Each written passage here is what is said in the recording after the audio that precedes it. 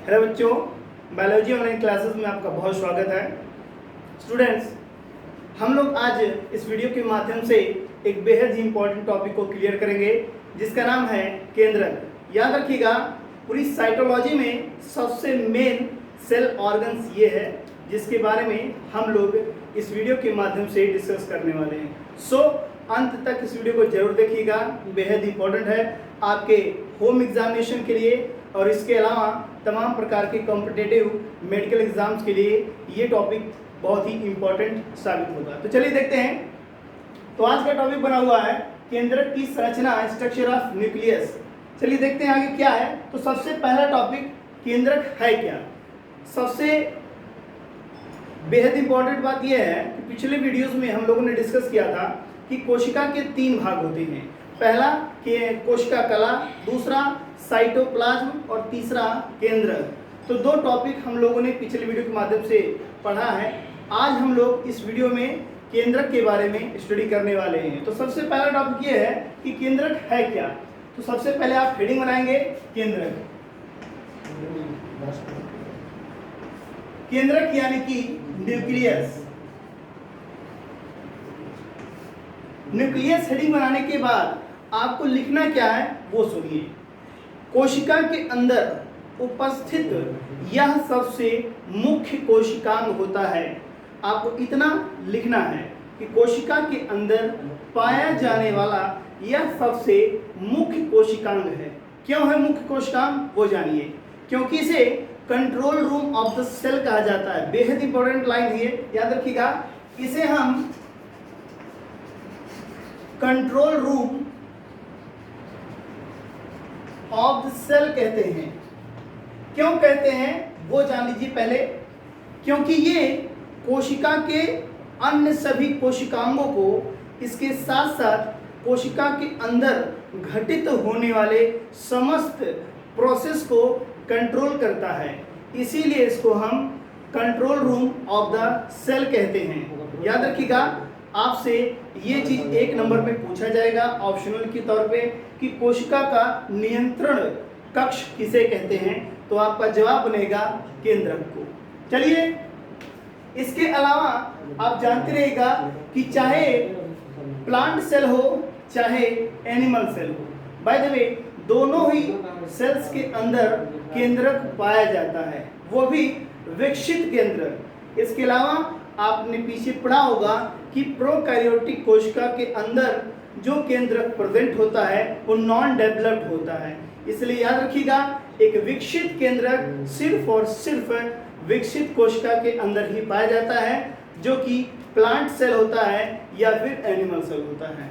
इतना लिखने के बाद आप आगे लिखेंगे कि केंद्रक की खोज सन 1831 में, इसकी खोज सन 1831 में रॉबर्ट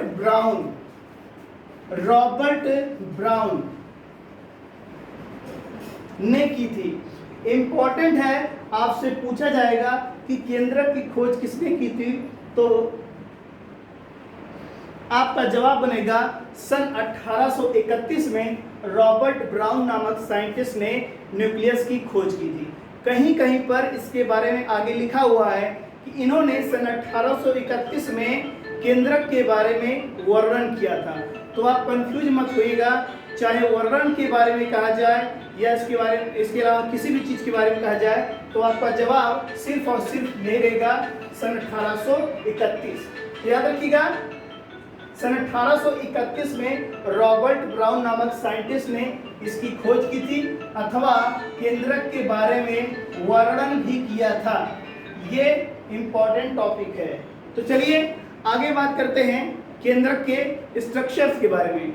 यहाँ तक हम लोगों ने क्लियर कर लिया है कि केंद्रक कोशिका का सबसे मुख्य कोशिकांग होता है, क्योंकि ये कोशिका के अंदर उपस्थित सभी कोशिकांगों को कंट्रोल करता है। इसके साथ साथ कोशिका के अंदर घटित होने वाले समस्त प्रोसेस को भी कंट्रोल करता है। इसलिए इसको control room of the cell यानी कोशिका का नियंत्रण कक्ष कहते हैं। इसके अलावा आप खोज के बारे में लिखेंगे और इसका वर्णन भी रॉबर्ट ब्राउन ने ही किया था। एक बात और मैं बता दूं, वो क्या है वो जान लीजिए। केंद्रक का जो अध्ययन है, केंद्रक का जो अध्ययन है वो केंद्रक विज्ञान, याद रखिएगा ये इंपॉर्टेंट है। केंद्रक का जो अध्ययन है वो केंद्रक विज्ञान यानी कैरियोलॉजी के अंतर्गत किया जाता है। कैरियोलॉजी के अंतर्गत किया जाता है। तमाम कॉम्पिटिटिव एग्जाम्स में क्वेश्चन पूछा जाता है कि केंद्रक का अध्ययन किस विज्ञान के अंतर्गत किया जाता है, तो याद रखिएगा कैरियोलॉजी। कैरियोलॉजी ये साइटोलॉजी का एक ब्रांच है। किसका ब्रांच है? साइटोलॉजी का। साइटोलॉजी यानी कि कोशिका विज्ञान। याद रखिएगा हम ये जो टॉपिक क्लियर कर रहे हैं ये साइटोलॉजी का ही टॉपिक है। यहाँ पर हम आज केंद्रक के बारे में पढ़ रहे हैं। केंद्रक का अध्ययन केंद्रक विज्ञान यानी कैरियोलॉजी के अकॉर्डिंग किया जाता है। कैरियोलॉजी जो कि साइटोलॉजी यानी कोशिका विज्ञान का एक ब्रांच है। आगे लिखते हैं, आगे क्या जानकारी लेनी है वो ध्यान दीजिएगा। कोशिका के अंदर एक बात और जानते रहिएगा, कुछ ऐसी कोशिकाएं हैं जिनके अंदर केंद्रक पाया ही नहीं जाता है, बेहद इंपॉर्टेंट। कुछ ऐसी कोशिकाएं जिनके अंदर केंद्रक अनुपस्थित होता है, जैसे आरबीसी। आरबीसी मनुष्य की जो आरबीसी होती है, जैसे ह्यूमन आरबीसी, आप लिख सकते हैं यहाँ पर ह्यूमन आरबीसी। ह्यूमन आरबीसी मानव की जो आरबीसी होती है, रेड ब्लड सेल्स जो होती हैं, उसमें केंद्रक नहीं पाया जाता है। याद रखिएगा क्या होता है, केंद्रक इसमें नहीं होता है। और ऐसी कोशिका जिसमें केंद्रक नहीं पाया जाता है उसे इन्यूक्लिएटेड सेल कहते हैं। बेहद इंपॉर्टेंट है। इन्यूक्लिएटेड क्या होता है? इन्यूक्लिएटेड सेल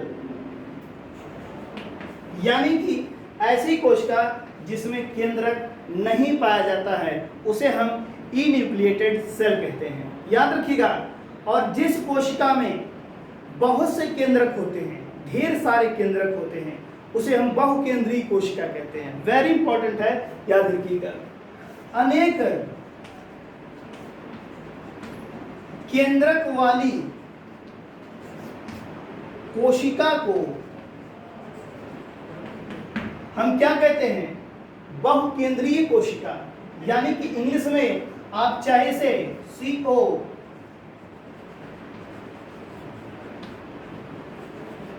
आप इसे कोइनोसाइट सेल कहिए या आप इसे सीनोसाइट सेल कहिए। याद रखिएगा अगर ढेर सारे केंद्रक हैं किसी कोशिका में, तब ऐसी कोशिका को हम कोइनोसाइट सेल या फिर सीनोसाइट सेल कहते हैं।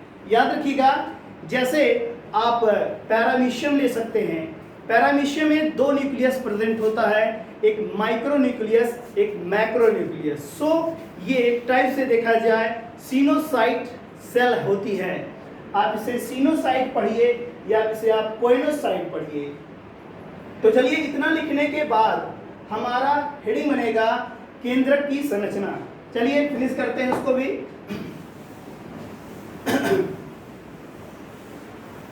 तो केंद्रक की संरचना जैसा कि आप देख रहे हैं स्क्रीन पर अपने, केंद्रक की संरचना को 4 भाग में डिवाइड किया गया है।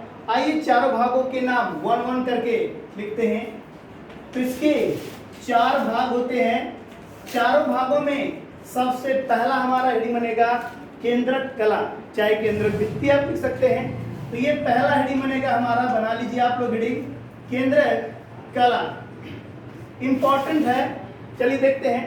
तो याद रखिएगा यहाँ पर जो केंद्रक बनाया गया है ये एक प्लांट सेल का न्यूक्लियस है। अगर आप बात करें केंद्रक कला की, तो केंद्रक कला 2 परतों की बनी होती है, खास तौर पे यूकैरियोटिक सेल में। याद रखिएगा बेहद इंपॉर्टेंट है। ये 2 परतों की होगी, 2 परतों की बनी होगी और दोनों परतें लिपिड्स की बनी होती हैं। ये इंपॉर्टेंट है। आपसे पूछा जाता है कि न्यूक्लियस की जो वॉल होती है वो किस चीज की बनी होती है, तो आपका जवाब होगा लिपिड्स की। खास तौर पे हम इस साइटोलॉजी में ऐसे कोशिकांगों के बारे में डिस्कस करेंगे जो कि डबल लेयर के होते हैं अथवा सिंगल लेयर के होते हैं। तो आपको याद रखना होगा कि कौन सा सेल ऑर्गन, कौन सा कोशिकांग दोहरे भित्ति का होता है और कौन सा सिंगल लेयर का होता है। बाय द वे, हम यहाँ पर बात कर रहे हैं न्यूक्लियस की, तो इसका जो आउटर मोस्ट कवरिंग लेयर होता है केंद्रक कला, वो डबल लेयर का होता है और दोनों लिपिड्स का बना होता है। लिपिड्स अगर आप जानना चाहते हैं तो एक टाइप से आप फैट कह सकते हैं, फैट वगैरह ये सब लिपिड्स के एग्जाम्पल हैं। तो चलिए, इसके अलावा आप ध्यान रखिएगा कि इसी केंद्रक कला के अंदर तमाम प्रकार के आपको छिद्र मिलेंगे जिन्हें केंद्रक छिद्र कहते हैं। याद रखिएगा, केंद्रक छिद्र यानी कि न्यूक्लियर पोर कहते हैं। खास तौर पे इनकी संख्या अगर आपसे पूछी जाए तो संख्या आप 100 से 120 ये लगभग में आप लिख सकते हैं। इनकी जो क्वांटिटी होती है वो नियर अबाउट 100 to 120 ये इनकी संख्या होती है। ये आप छिद्र देख रहे हैं, इन्हीं छिद्र को हम केंद्रक छिद्र कहते हैं। इन्हीं की संख्या मैं बता रहा हूँ। कार्य जानते रहिएगा। पहले तो आप केंद्रक कला का कार्य जान लीजिए। केंद्रक कला क्या है? केंद्रक कला केंद्रक द्रव और कोशिका द्रव इन दोनों को अलग अलग करती है। पहली बात जान लीजिएगा, ये एक दीवार है, ये एक मार्ग ये एक बाउंड्री है कह सकते हैं, जिसके कारण से केंद्रक द्रव और कोशिका द्रव ये दोनों सेपरेट रहते हैं, अलग अलग रहते हैं। इसके अलावा केंद्रक के अंदर जो भी मतलब ऑर्गन्स पाए जाते हैं, उपांग पाए जाते हैं, वो सभी इसके अंदर ही बने रहे, इसलिए ये केंद्रक कला यहाँ पर वर्क करती है। इट मीन्स कह सकते हैं कि केंद्रक के अंदर पाए जाने वाले तमाम प्रकार के अंगों को ये सिक्योरिटी प्रदान करती है। चलिए, यहाँ पर जो छिद्र बना हुआ है, इस छिद्र के माध्यम से कोशिका द्रव और केंद्रक द्रव के बीच में तमाम प्रकार के एसेंशियल मटेरियल, आवश्यक तत्वों का आदान प्रदान होता है, एक्सचेंजिंग होता है। तो कह सकते हैं कि यह एक रास्ता है, एक चैनल है, जिस रास्ते से साइटोप्लाज्म से मटेरियल कोशिका के केंद्र के अंदर आता है और केंद्र के अंदर उपस्थित मटेरियल बाहर आता है। तो चलिए आगे देखते हैं। हमारा दूसरा हेडिंग बनेगा, सेकेंड हेडिंग, जिसका नाम है केंद्रक द्रव। केंद्रक द्रव यानी कि न्यूक्लियर प्लाज्म, ये सेकंड हेडिंग है, सेकंड पार्ट है केंद्रक का। तो याद रखिएगा, केंद्रक के अंदर जो भी गाढ़ा सा लिक्विड भरा होता है, मैट्रिक्स भरा होता है, उसी को हम केंद्रक द्रव कहते हैं। केंद्रक के अंदर का सारा लिविंग मटेरियल, समस्त जैविक पदार्थ, ये इसी में फिलअप होता है, भरा होता है। जैसे कि क्या, इसके अंदर न्यूक्लिक अम्ल, क्रोमेटिन के धागे, इसके साथ साथ है केंद्रिका, ऐसी तमाम चीजें इसी लिक्विड के अंदर फिलअप होती हैं। तो हमें लिखना होगा कि इसके अंदर क्या क्या पाया जाता है। न्यूक्लिक एसिड, इनडायरेक्टली आप डीएनए आरएनए कह सकते हैं, डीएनए आरएनए, या फिर इसके अलावा क्रोमेटिन का धागा,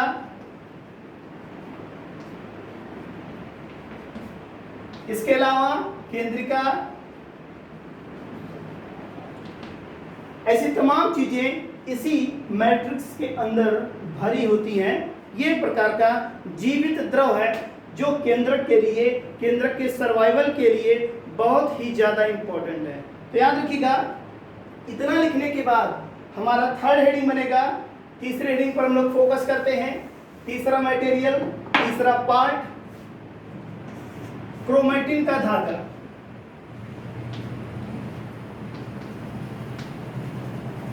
क्रोमेटिन का धागा। तो चलिए क्रोमेटिन के धागे पर फोकस किया जाए।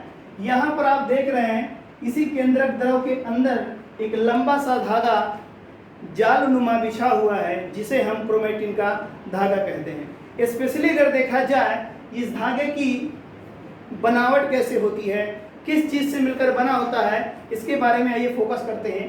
तो दो चीजों से मिलकर बना होगा, खास तौर पे न्यूक्लिक एसिड और इसके अलावा प्रोटीन। इन दो चीज़ों से मिलकर के ये धागा बना होता है। अगर आपने पिछले क्लासों में अध्ययन किया होगा कोशिका के बारे में तो याद होगा आपको कि न्यूक्लिक एसिड दो टाइप का होता है, डीएनए एंड आरएनए। तो हम कह सकते हैं ये जो धागा आप देख रहे हैं, जो पूरा धागा है वो इसी न्यूक्लिक एसिड और प्लस प्रोटीन के द्वारा बना होता है। एक बात और जानते रहिएगा, ये धागा आपको तब तक ऐसा दिखाई देगा जब तक कोशिका विभाजन नहीं हो रहा है। जैसे ही कोशिका का विभाजन शुरू हो जाएगा तो ये धागा छोटे छोटे टुकड़ों में बंट जाता है, तब उन टुकड़ों को हम गुणसूत्र कहते हैं, क्रोमोसोम कहते हैं। याद रखिएगा, गुणसूत्र यानी कि क्रोमोसोम। हम इन धागों को गुणसूत्र या क्रोमोसोम तब तक नहीं लिखेंगे जब तक कि कोशिका का विभाजन ना हो जाए या शुरू ना हो जाए। याद रखिएगा, जैसे ही कोशिका का विभाजन शुरू होगा, केंद्रक का बंटवारा शुरू होगा, तब ये क्रोमेटिन का धागा छोटे छोटे टुकड़ों में टूट जाता है और उन्हीं टुकड़ों को हम गुणसूत्र कहते हैं, क्रोमोसोम कहते हैं। इंपॉर्टेंट है, याद रखिएगा, कोशिका विभाजन से पहले अथवा केंद्रक विभाजन से पहले गुणसूत्र नहीं दिखाई देते हैं। ये इंपॉर्टेंट पॉइंट है, आपसे ऑप्शनल में पूछा जा सकता है। चौथा हमारा पॉइंट बनेगा केंद्रिका। ये छोटा सा पार्ट आपको दिख रहा है, वेरी इंपॉर्टेंट सिंपली पॉइंट है आपका केंद्रिका। ये हमारा चौथा पॉइंट। तो याद रखिएगा, इसी पूरे केंद्रक के ठीक अंदर छोटा सा राउंडेड पार्ट आपको और दिखेगा, गोल स्ट्रक्चर दिखेगा, उसी को हम केंद्रिका कहते हैं। जिस प्रकार से हमने बताया कि केंद्रक को control room of the cell कहते हैं, ठीक उसी प्रकार से हम कह सकते हैं कि इसी केंद्रिका को भी हम control room of the nucleus कहेंगे। याद रखिएगा, क्योंकि ये जो पूरा केंद्रक है, ये केंद्रक का डिवीजन होगा, विभाजन होगा केंद्रक का, वो इसी केंद्रिका के कारण से होता है।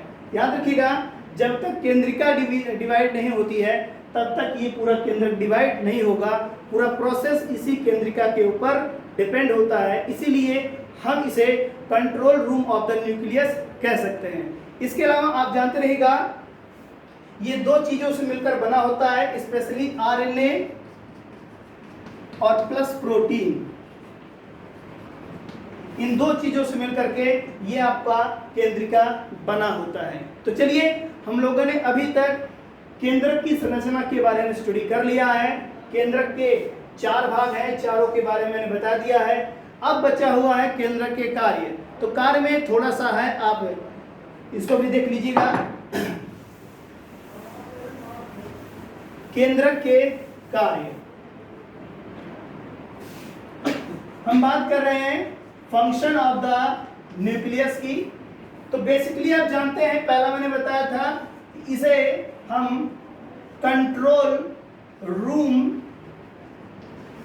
ऑफ द सेल कहते हैं। ये बेहद ही इंपॉर्टेंट फंक्शन है इसका, क्योंकि कोशिका की समस्त प्रोसेस, सभी क्रियाओं का ये संचालन करता है, कंट्रोलिंग करता है, इसीलिए इसको control room of the cell कहते हैं। बेहद important function of the nucleus, याद रखिएगा। इसके अलावा सेकंड हमारा पॉइंट क्या है कि इसका जो कांटेक्ट है वो साइटोप्लाज्म से रहता है। साइटोप्लाज्म से इसका कांटेक्ट बना रहता है, तो हम कह सकते हैं कि केंद्रक और साइटोप्लाज्म दोनों के कॉम्बिनेशन को ये मेंटेन करता है। याद रखिएगा, जीव द्रव्य का केंद्रक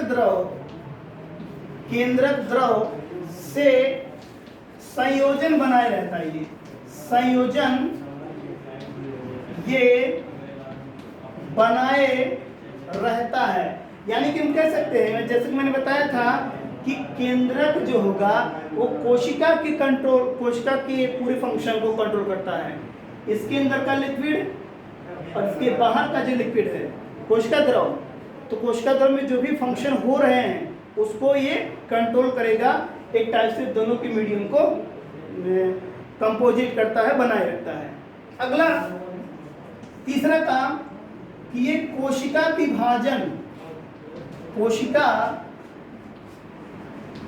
विभाजन को नियंत्रित करता है।